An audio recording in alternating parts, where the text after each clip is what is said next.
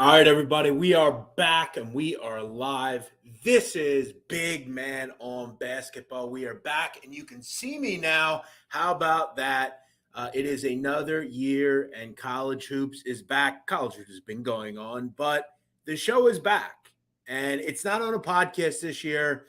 I'm still kind of working on maybe getting that podcast landing page back, but I felt like why not get us started? We're in conference play after a long fall and winter in non-con, and now it's conference play time. And why not bring the show back, right? We have a great video screen now. We can see me and all my great guests. But that basketball info is what you want, and I'm glad that we can bring it back. We're not with Barstool. We're just doing it on our own. Doing what we do, having some fun. We're going to do this straight through the NCAA tournament all the way to the national title game in April. And this show is going to stay the exact same. It's going to be the same model. We're going to talk about gambling. We're going to talk about betting strategy. We're going to talk about info, breakdowns, previews, betting schematics, how I look at games, how my guests look at games, what you can do to better yourself in betting college basketball. This show every week. Tuesday. It will be out every week. We might incorporate extra episodes in. This is where you need to be. This will be the most complex and complete college basketball preview betting-wise each week you're going to get. Now, the show is going to be a little different from last year on one level. We don't have 3 episodes a week. We're not going to be going over games and having picks. But what we're going to do at the end of every show, we're going to do 3 or 4 kind of look-ahead games and what we think may happen in those games. And we'll take a look at a couple tonight. You know what's great about this show? I've made a lot of good connections over the years, and we're going to bring back all of our favorite guests. The 3-man weave. We're going to talk to Mike Randall, I'm sure, at some point, Donnie Rightside, Ian Cameron, and then a lot of other great people that talk and do college basketball on a regular basis. And, you know, on this first episode, I felt like we're bringing the show back. We got to bring back in my opinion, the best guest we've had. Jim Root from the 3-man weave. Jim, what a great sight it is to see your face. How you doing, my man? And I'm great. I can't wait to tell Matt and Kai that I'm the best, and they got to deal with that. Well, you know, they're going to have to wear favorite. that. It's like when my dad tells me, you know, you're always my favorite. You were always my favorite. No, but I love all of you guys at the 3-man weave. How you been? How's everything been going? It's been a great season so far. Seems like a very similar season to last year so far, but how you been? How's everything going? Been pretty good. Busier this year than last. Just took on some extra responsibilities and stuff in the season, so been stressful. But we're getting into conference play. It at least seems like we're going to have an unaffected March. I feel like this, we're going to talk about it, obviously, the COVID stuff, but it seems like it's going to be pretty well restricted to right now based on some of the data we've seen in the other countries and stuff. So I'm at least not fearful for March, and hopefully we get some fans in the stands and have a real tournament unlike last year. So I'm optimistic, at least. Yeah, so am I. And I'll tell you, one of the great podcasts that I do listen to outside of yours is the college basketball podcast that CBS Sports puts out with Norlander and Gary Parrish. And they had an interesting question they had on a Q&A the other day about would the tournament be in that centralized location again? And I kind of forgot about that, right? Yeah, there were God, some I hope weird things. No, exactly. And it's like, remember when they had that just hideous idea to put games on Mondays instead of Thursdays or whatever it was? Forgot about that. I forgot about. Really bad. But yeah, you miss that kind of like that feel of being able to go to like Philadelphia or Des Moines or like these just random cities that they host college basketball games. They're just wild. They're fun. And yeah, I have to agree with what they said. I can't see that happening again. I guess if it got really bad. But again, we didn't have vaccines necessarily last year. We do this year. We're in a lot better place to kind of handle it. But I wanted to ask you kind of right out of the gate, because that's been kind of the driving story this year in college basketball so far. Why is it so difficult? And again, we're not going to make this like a whether you like vaccines or not. That's not what we do here. But right. I do have an issue, and I've talked about this on Twitter, about just the fact that there's no common system to follow for every school, right? It's like, this this nonsense of where like certain conferences are going to do certain things, and that's kind of been the norm in this country. We just kind of let everyone do whatever they want. Why hasn't there been a uniform rule, kind of, with all this? Well, first of all, I think the leadership at the top of the NCAA is really, really weak. It is, Mark Emmert's not a guy that projects strength and it projects confidence. So that's bad. And then I think some of the stuff I've read is that maybe he's blocked from doing it because of a lot of the schools are, because they're public institutions and are, getting state funding, they're beholden to the restrictions of their state. So like, the CDC changed the quarantine recommendations and every school can't just immediately adopt that. They're like, have to wait for approval from the governor and from the state Congress and stuff. So they get kind of backed up against a wall with that. And that's just, the red tape that takes forever to cut through. And unfortunately it's hurting our precious college hoops. Yeah. It's, I thought maybe last year would be the only time we'd have to deal with this. Now, I've talked to you before about how, look, since I started betting on college basketball many years ago, it's always been a challenge to get info on teams. I mean, you're just not going to get a ton of great info on certain schools, but this just makes it incredibly hard. You're going to bet a lot of games where you're going to assume that someone's going to be in there and they're just not in there. And I think the nonsense in it is just the fact of like just canceling games an hour or two before. I mean, I saw games this weekend being canceled like less than an hour before the game. Yeah, Oregon State was warming up today. Sacramento State and Oregon State were on the court crazy. Warming up, and they're like, "Never mind, we're not playing." and I guess the odd thing with all sports is that we're gonna let though like 60,000 people in an NFL game, but we have these like stringent rules with like the team itself. I don't know, it's just kind of odd. It doesn't make a lot of sense. But as I say down at the bottom, it is hard to bet on, right? Do you just kind of assume to yourself like, this is how it's going to be? You just got to have to accept it and just kind of try to stay to teams that don't have COVID issues. Why isn't there just like at least a rule where like, like they have to do something? And I think they did with like if you have a vaccine and you're boosted, like we're not like college football isn't even testing at certain points. Yeah. I think Calipari came out and said his whole team's at Kentucky is boosted and vaccine boosted, and they're not testing unless they're symptomatic. And it's like, oh, that's music to the ears. I'd love every team to do that. I don't know if they're not doing it. That's the right. thing. Where's the uniform rule? Why can't that be a uniform rule? What's so difficult about that?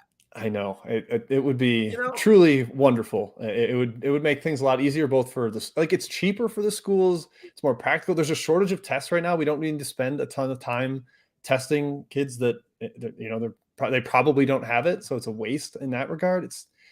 It's a very frustrating predicament to be in.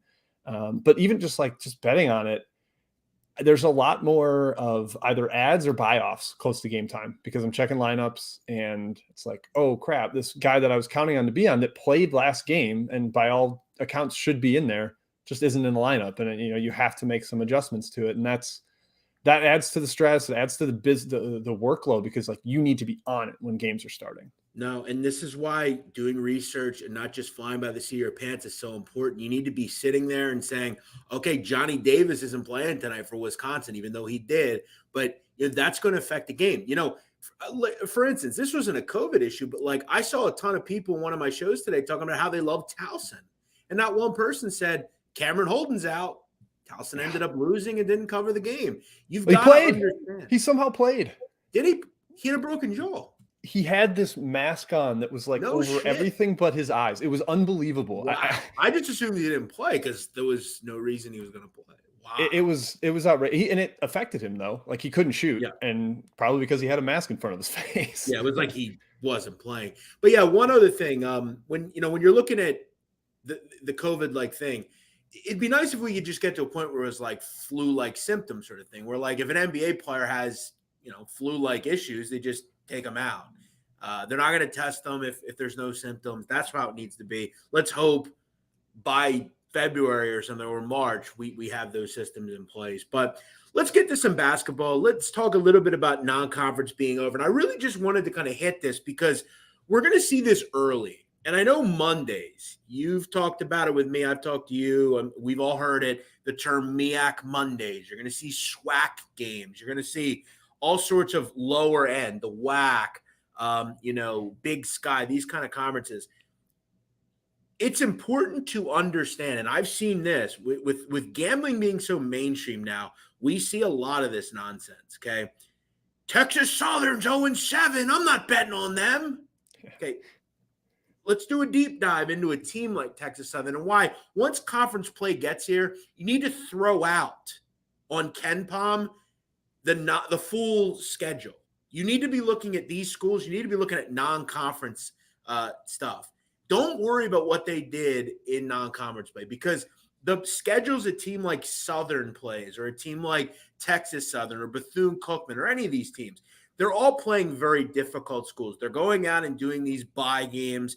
They're going to get beat a lot of the time, and it's not a good grade on what these teams are as a whole. Okay, you need to go back and at least, for instance, early in the season, look at last season's numbers, especially if all the team is still kind of intact. Texas Southern's been a team over the years, Jim, that has an 0-7, 0-10 non-con record, and then they end up winning that conference every season because you can't look at non-conference stuff. You need to look at conference play. Those are the level of teams that are on their same level.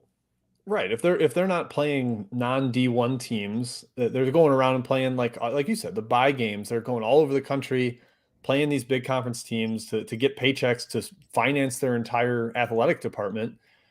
That stuff is just it's not really indicative of who they are. I mean, if you can look at Texas Southern and see they went 1-7 or whatever, and it's like they competed in 6 of those games. That's a really good SWAC team. Like you need to read between the lines on the record and see the kind of the margins and how they played in those games. That's the more important thing. The other thing I love with start of conference play is it's like a refresh. It's a restart button. Yep. For a lot of the teams that, we're going to talk disappointments and surprises. I think this is the great time for them to turn the page and stop being a disappointment, or maybe they'll fall back down to earth if they're a surprise. Because it's a new season, like you're into the new standings with league play, turning the page, and sometimes you see teams correct back to preseason expectations quite a bit as we start this. And that's a great point when we look at a team, for instance, William and Mary, right? Yes, that's the perfect example. Yeah, going into conference play, they were 0-12, I believe, against the spread. Yep. Right? They were hideous. Okay, they started the season against Hofstra, beat them as 16-point dogs. Then they win over the weekend, right? And what are you thinking? We know that William & Mary's probably not going to win the CAA, but they could. Right. They know they're not going like at large. William & Mary's not going at large. I mean, it would take a monumental effort. And by the 3rd or 4th game of non-conference, you're pretty much not going at large. All you care about is conference season. That's what's going to get you into the NCAA tournament. And if I believe William & Mary's never been to the NCAA tournament, they're one of the few schools that's never been. So, yeah, that's a great point as well. You need to understand that what you saw in non-conference play. Now, look, there are a lot of bad basketball teams. Eastern Illinois, IUPUI, Mississippi Valley State. These are bad basketball teams, okay? And they're just going to be bad all season. They're not going to change because conference play. But there's a renewed interest by any team in the season. It's like anything you do. It's like breaking up with a girl, right? You maybe we're down in your dumps for a while, but there's reason for optimism. You're back out on the street. You're doing your thing, and maybe a better one will come. You never know what's going to happen. You have a new lease on life. You're not going to be unhappy anymore. One other thing on not only the side kind of thing, but when you're looking at totals, Texas Southern, since the start of 2017, has been first or second in pace in the SWAC every season.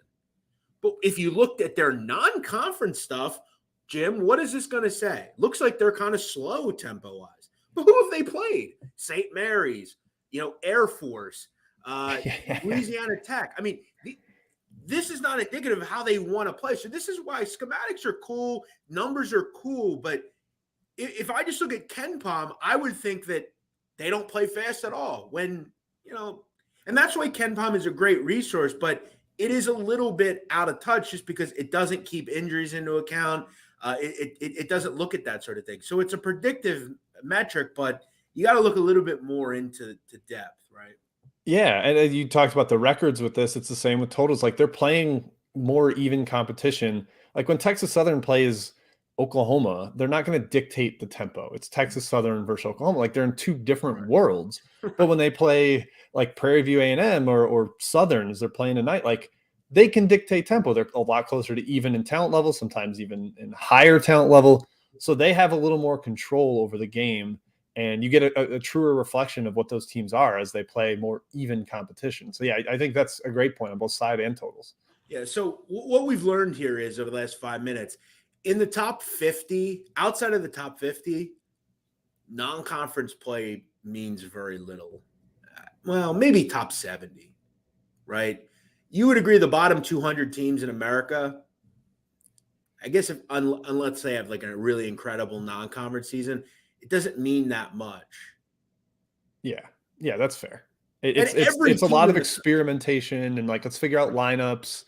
And I think Washington was an awesome example of this tonight at Arizona, where if they get down 10, they're not going to quit. Like in a non-conference game, it's like, whatever, this doesn't matter. But they're like, no, we're going to make a couple more runs at this rival we play every year. We want to try to get a win on the board for league play and for tournament standings. It just is a completely different mindset. I totally agree. And what it also does, Jim, is, and that's a great game you brought up, Arizona is very inflated. Very. There should be no team in the Pac-12 that Arizona should be laying 25 against. None. There are very few Division I teams. Northern Arizona, I get it. Okay, they played Flagler College, whatever. but like, Washington, that was a big number. That was incredibly inflated. I love Arizona. Like I will sing their praises till the cows come home. But I watched that game, and yeah, it's like it's just too big for a conference game. It's not. There's a few leagues maybe where it's like Belmont versus Eastern Illinois are in two different worlds, but these are two Pac-12 teams still. And like, there's going to be some games in that league that are 20-point blowouts, but the spread shouldn't be 20. Like the expectation can't be a 25-point win. Maybe Arizona will blow a couple teams out at home. I think they will, but it's just too high a number to be laying in a conference game. I could understand maybe towards the end of conference play where Washington's just kind of done. Like with giving up. But yeah, early first, second game, it's too much. Make sure you're looking at a little bit deeper into things than just assuming. Like I saw a certain person in this space that when Texas Southern played Florida, he talked about how horrific Texas Southern was. They were 0-7 or 0-6. These teams stinks. They're gonna lose by 30. Yeah, Texas Southern did. Won the game. Record doesn't matter. Don't look at that for these lower leagues, especially. Correct. Let's get into some surprise and disappointment so far, and there have been a couple. I think that the biggest disappointment has to be Michigan. No, I mean, I gotta be honest. I mean, all I see is Juwan Howard at this game and at that game. Like, I know he's a great ambassador to the school. I get what his job is. That's part of his job, and part of his job is being a coach. But, I mean, this team's been hard to watch at certain points this season. Now, I do think it's a great time to buy low on Michigan because I think long-term, they had the number one recruiting class. They have one of the best bigs in the country. You'd have to figure Devontae Jones can't be much worse. Yeah. But, I mean, he's been bad. It has the feel of a team that should improve because I do think Juwan Howard's good. I think Phil Martelli is a fantastic lead assistant. Those are smart basketball minds. And as you mentioned, the recruiting class is so freaking good. Those guys are going to get used to playing together. They've got most of them are probably not used to playing with a 7'2" center that you got to play through. Like that's just a different style of play to get adjusted with. And eventually that's going to come around. We saw some flashes of it when they went to Nebraska and beat the crap out of them. They lost at UCF, but UCF was 8 for 8 from 3 in the second half. Like sometimes you got to, dig into the box score, dig into how the game played out and realize that was actually a pretty solid performance from Michigan. UCF just went bananas. So plus you would agree that might be the best UCF team since like that Taco Fall BJ Taylor team. They might even be better than that team. That's a real good team, UCF. Yeah. And athletic all over. Yeah. Since the one that should have beaten Duke. God, man. But they have they don't have the Taco Fall, but Dion is gigantic in his own right. I mean, I think that's a good point. I will say I've been a little concerned about their defense.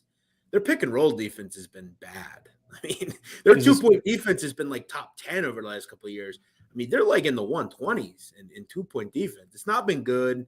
yeah. And Jones needs to be better. Their guard play needs to be better. And they're trying to figure that out. Like they're playing Buffkin a little more, the freshman. They're playing Frankie Collins, the other freshman, a little more. But it's got to be Jones. Like we saw how great Mike Smith was as a grad transfer. Everybody kind of assumed Jones would be that, and hasn't gone as smoothly. But I think they'll get there. It's just taking time. Well, another team I wanted to get into, Memphis. I mean, we can agree they've been a disappointment so far. I mean, I thought this Yeah. team, I think on paper they're could be the most talented team in the country from an athleticism standpoint. We saw it at a stretch at one point against Alabama. They were terrific, but that was a perfect game they played. They didn't turn the ball over 8,000 times. They made free throws. I mean, was that the best free throw shooting you've ever seen from them? I've never seen them make 80% of their free throws. That was incredible. But we don't get those consistent enough performances. Then they followed it up 15 days later. Now it was off a pause, but you lose to Ron Hunter in Tulane. I've said before, and I'll say it again, I think Penny Hardaway is one of the worst coaches in the country. I mean, 100%. Like, he's awful. He has no idea what he's doing. He has no balls, it seems like. And again, you guys know I'm a little touchy with this kind of stuff, but I do think he's been poor. I don't think he's had any ability to say, you know what, DeAndre Williams and guys like that are better for this team than, the guy that's going to leave here in 3 months. You got to tell that kid. And he did it for like 10 minutes against Alabama, but is that the long-term strategy? They've had COVID issues, I know, but there's just no consistency with this team. Right. Maybe the worst thing Penny does is he publicly calls out players and like he won't accept the blame. He doesn't have the like mature, I've been there before coach mindset that so many of them do. He's still kind of like irrational and fiery, and it gets him in trouble at times. But I think at Wichita most recently, we saw the best version of Memphis, and that's Duren and Williams playing, the two monster big guys, and no Imani Bates. He is actively hurting the team when he's on the court. I don't think he like wants to sabotage them, but he doesn't know how to play team ball. He's never had to in his whole life. He's been the star of stars on any team he's been on, AAU, high school. So he just launches and it completely derails them. So as long as he's out, I actually think Memphis is kind of a nice buy low right now. But if they bring him back and play him 30 minutes, then it's trouble. Think you remember why am I drawing a blank? The kid last year for Duke that ended up leaving. Oh, Jalen Johnson. Yep. Yeah. Like, do you feel like I was blown away Imani Bates ever came into college, to be honest? Because I remember he had committed to Michigan State and then he decommitted. And look, I know they passed the NIL stuff, but he seemed like a perfect candidate to go to the D League. Like, I thought that would be something he would definitely do. You would have to agree. It wouldn't surprise me in the next month if he like just opts out for the rest of the season. Yeah, the crazy thing with him is he can't even go pro this year. He's too young. He has to play another season after this to be eligible for the draft. So like it sort of made sense that he would cash some NIL money this year and then maybe play G League next year, but it's maybe not helping his draft stock. Yeah, do the Mitchell Robinson. Go work out for a while and, right. and figure it out. That worked out kind of good for him in the NBA. He's been a good player. Yeah. But yeah, look, another thing that just boggles my mind with him, like, why does he not realize that he needs guards to win? And like, you can have all the height in the world, but like, if you don't have anybody that can get the ball and stuff, like their turnover rate is bottom 8 in America. Like, and it is every year. Out of 358 teams. Yeah. Like they've been 300th or worse every year he's been the coach.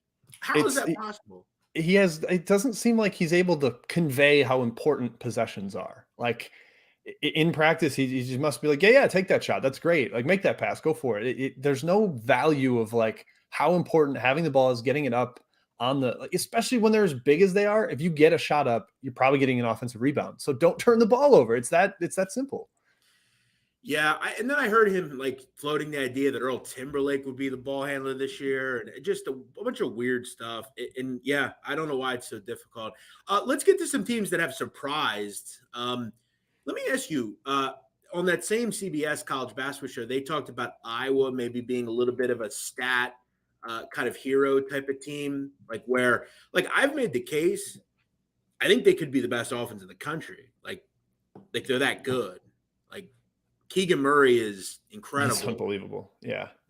Defensively they're the same, like just normally bad team. But like you look at them in any step up, they've lost.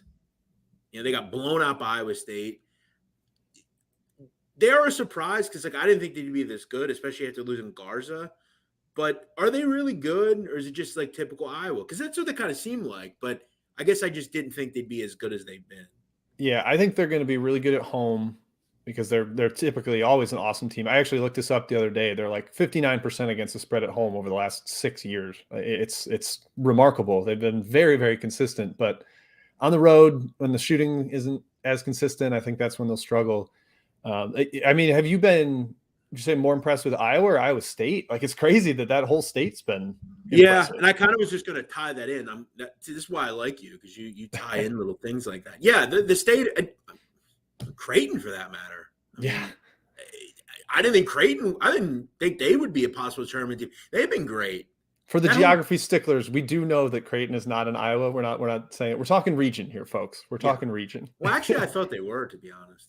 Oh. They're in Nebraska. You're right. Okay. That's right. They're in Omaha with that's right. You can't say anything wrong on here or people will catch it. So you got I just did, assuming.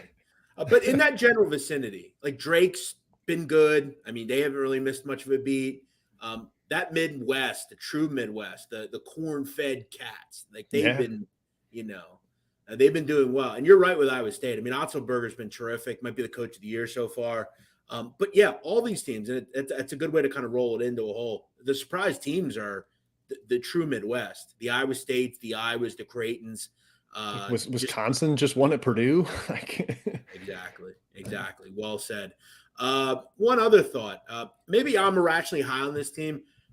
Oklahoma, are we in on this team yet? I buy them, especially when Tanner Groves is out there. I mean, they skated by Kansas State without him because of COVID protocol. Throw it out. Like as soon as he's back, he's their Cameron Krutwig for Porter Moser. He's the creator, the passer. Yeah, that any team coached by Moser is going to play great defense, and they're figuring it out offensively as they go. Yeah, and again, like their turnover rates are a little high, but I mean, Chargois been good for them. They've got, as you said, some great transfers, and they play Krutwig or Groves just like Krutwig. You're 100% right.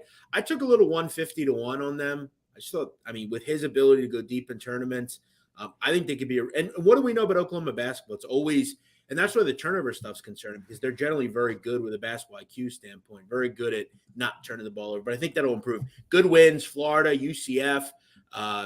Arkansas just beat, I think, a burgeoning Kansas State team. Got a big game against Baylor this weekend. That's a game to keep an eye on, or later in the week. So, do you have any surprise teams, disappointments that we didn't mention?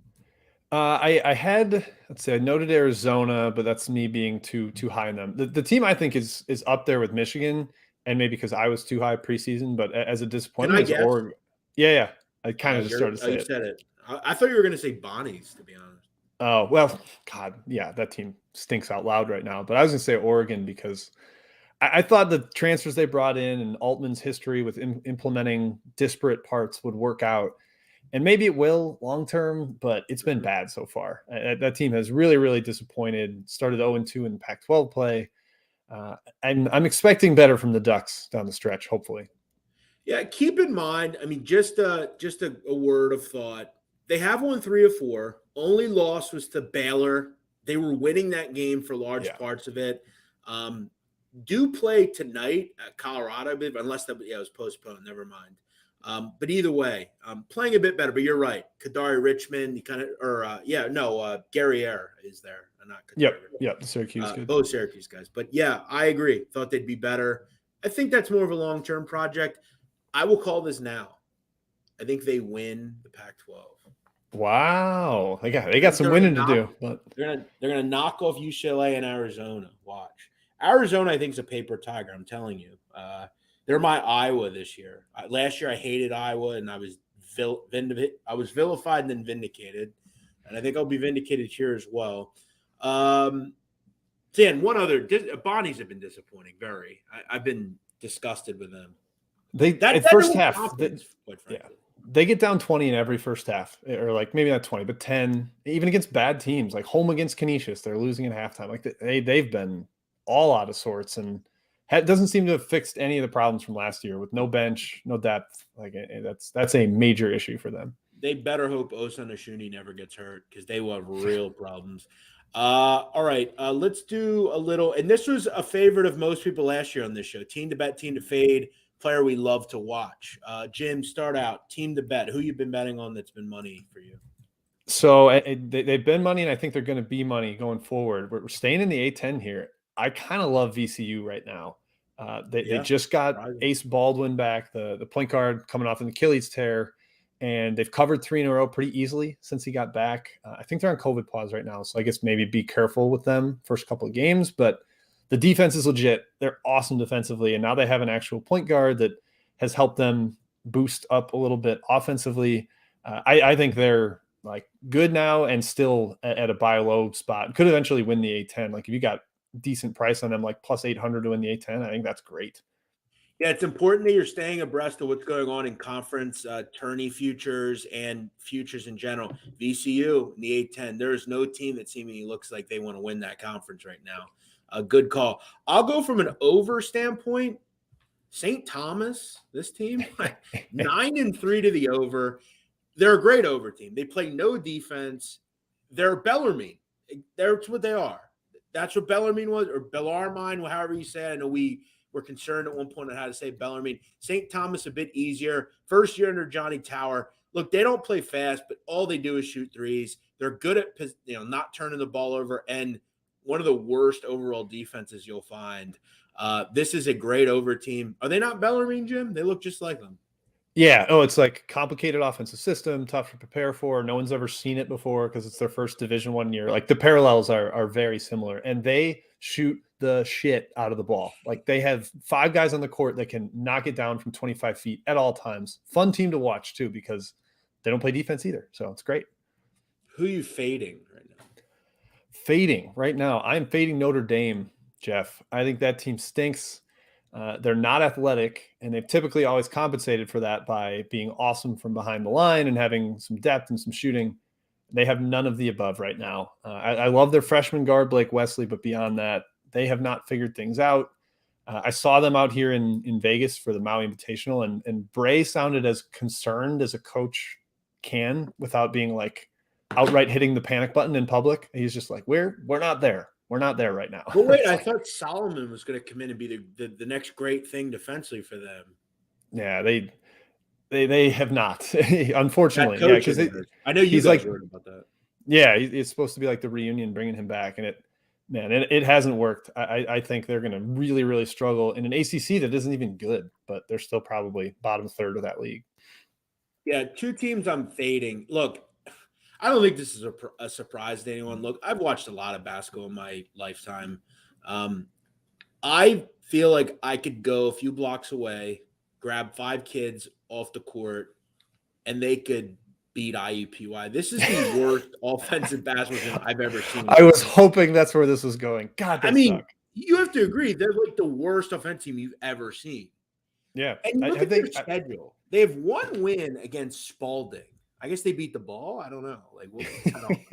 But yeah, like offensively, look, haven't scored more than 59. They haven't scored 60 points this year in any game. And they've played how many games? 10 Division I games. Haven't scored more than 60. Think about that. I don't even know how they've had a game go over. They're 1-9 to the over, but I don't remember the game that went over. They keep playing worse than I think they can. And I've started to like auto fade them, just like maybe they'll never get better. And I think that's the way to go. They're miserable. I think the game that went over was that Chicago State game, no? Oh, was that it? Okay. I could be wrong. I don't know. Either way, this team's horrific. One other one, a favorite of mine last year, but I can't say the same this year. Lipscomb. This team, I don't know where Sajil is. I don't know if we'll ever play again for this team. He came off the bench last game. They've been trying to get him ready for league play, but without him, they are atrocious. Real bad. Yeah. So you have to keep an eye on him. If he's not in there, bet against them. And they might lose by 30 in any of those games. They got blown out a few different times without him. Could be a reason to think long term. Maybe they'll get it going, but They don't play defense as it is, so that's kind of concerning for them. Did we ask you? Yeah, you did. Notre Dame.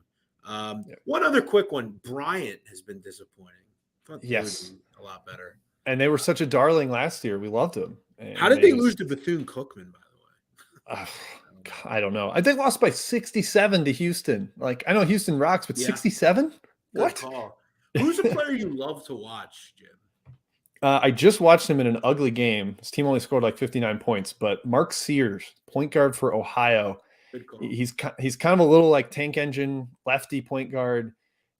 He's just like the adult in the room, and I love point guards like that, where it's like, all right, he kind of has a feel for the game, when to speed up, when to slow down, when to get in the lane, when to kick out.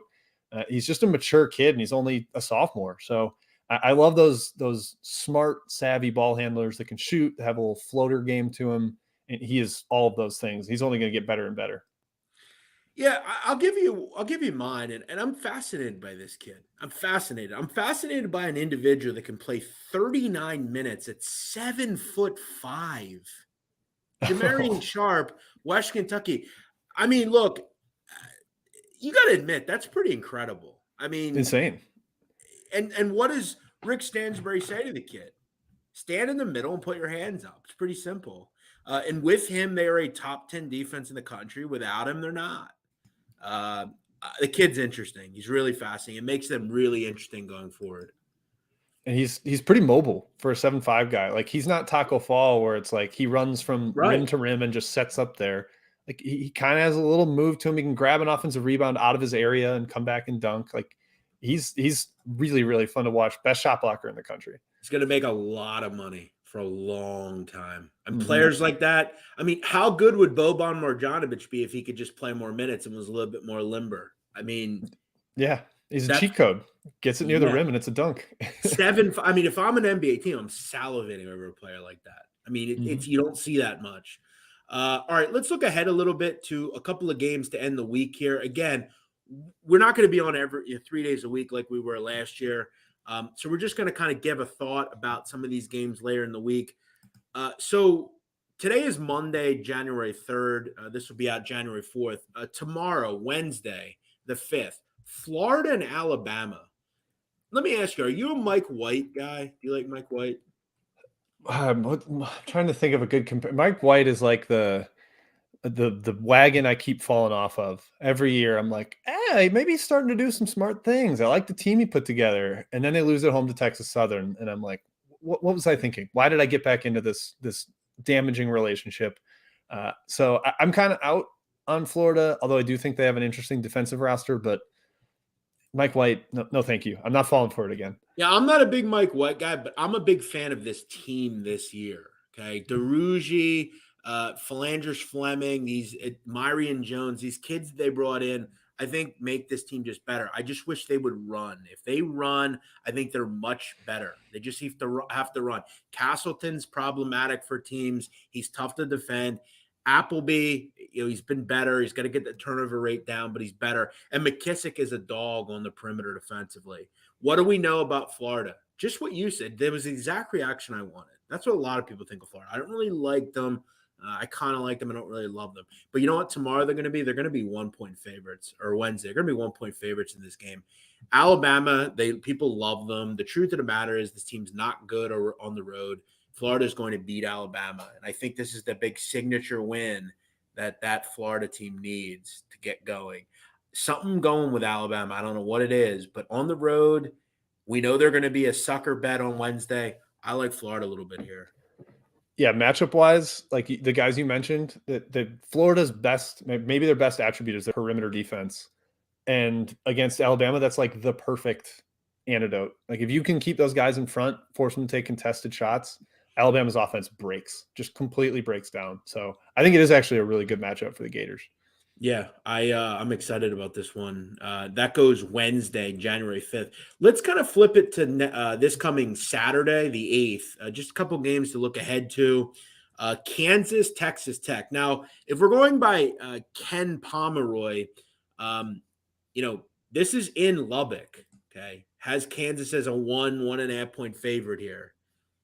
This is another one where we've seen this story before in college basketball, right, Jim? That stone cold. That's the side you got to play. Texas Tech is strong defensively this year, as usual. They're not under Chris Beard, though. They're under Mark Adams, who, is kind of that disciple, though, of his. Look, I've been really happy with this team offensively. What do we know? Generally step-ups. They haven't gotten the job done. Did beat Tennessee, though. I like what this team has. We want to make sure everybody's in there. But O'Bonner, Adonis Arms, Bryson Williams gives them a little bit of an offensive addition they haven't had in past years. This could be another spot. If there's any issue for Kansas, it's on in the front court, on the block with McCormick. Am I crazy to think this is a great spot for the Red Raiders again? No, you're not. You're not crazy. And here's two reasons. You mentioned the front court. They're starting Mitch Lightfoot over McCormick. Self's had it with McCormick, it sounds like, or he's trying to motivate him. He's weak. So clearly he knows they have front court issues. So that's a concern going into this one. And the other, you mentioned Texas Tech struggled a little stepping up. What they have not had is a big home game. They have not hosted a good team yet. This one is going to be a monster environment in Lubbock. They get great crowds for big games, and Kansas qualifies as a big game. First real good home game of the year for those Red Raider fans. I think they're going to show out. Massive, massive home environment. Remy Martin might still be banged up. He's got the knee thing going on for Kansas. So it is a pretty good spot for Texas Tech. Hopefully they get Terrence Shannon back from his back spasms. And by the way, I did look this up.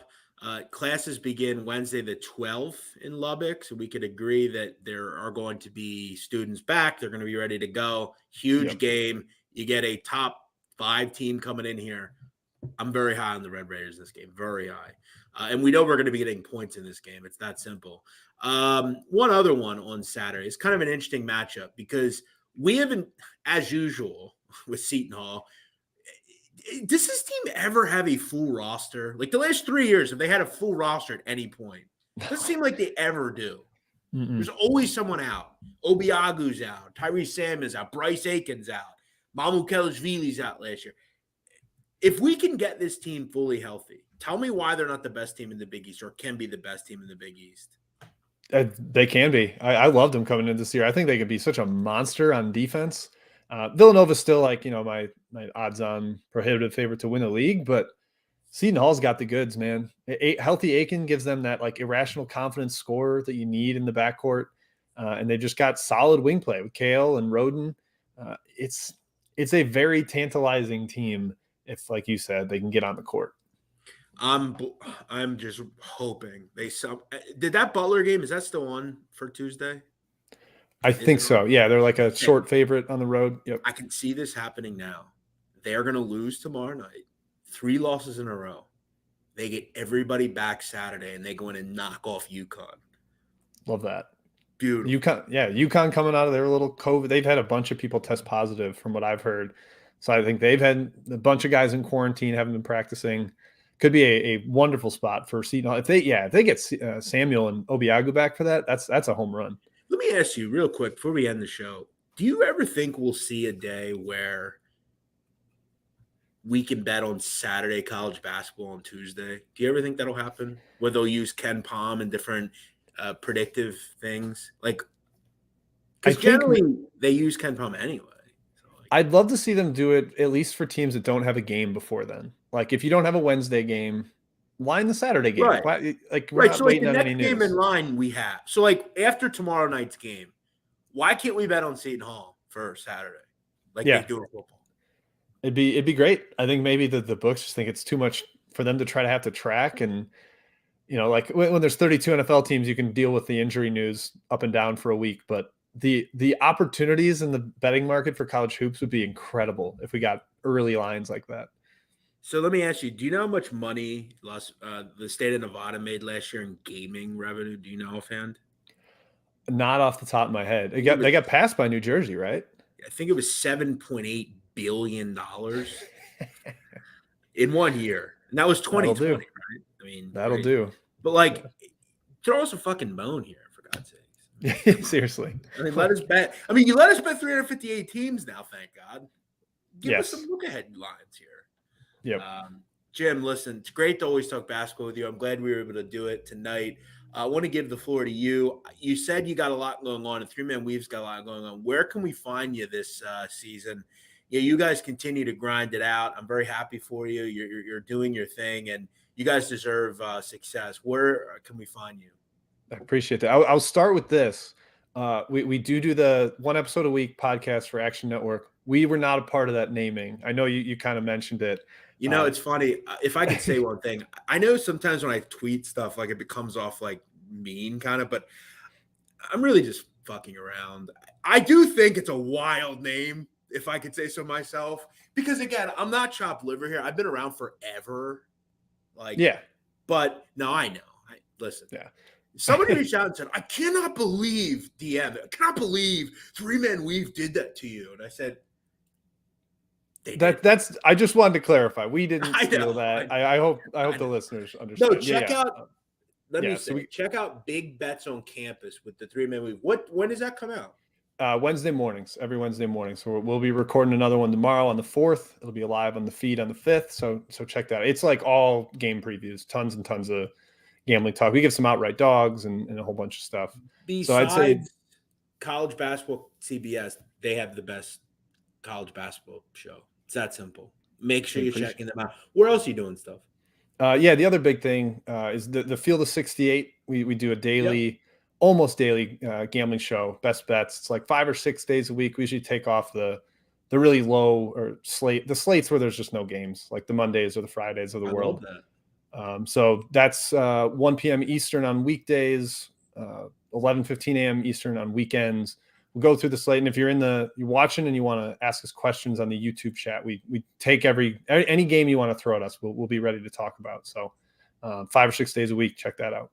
Man, I love it. It's great. As I said, and as you can see at the bottom, check out Jim Root and Three Man Weave. You can follow them on Twitter at 3MW_CBB. We can follow you at Second Chance Points, as far as I know, right? Yep. I've debated changing it to make it something more approachable, but now at this point, it's kind of like a bit of just having a terrible Twitter handle. God, I totally forgot about Big Bets. Okay, I'm glad you brought that up.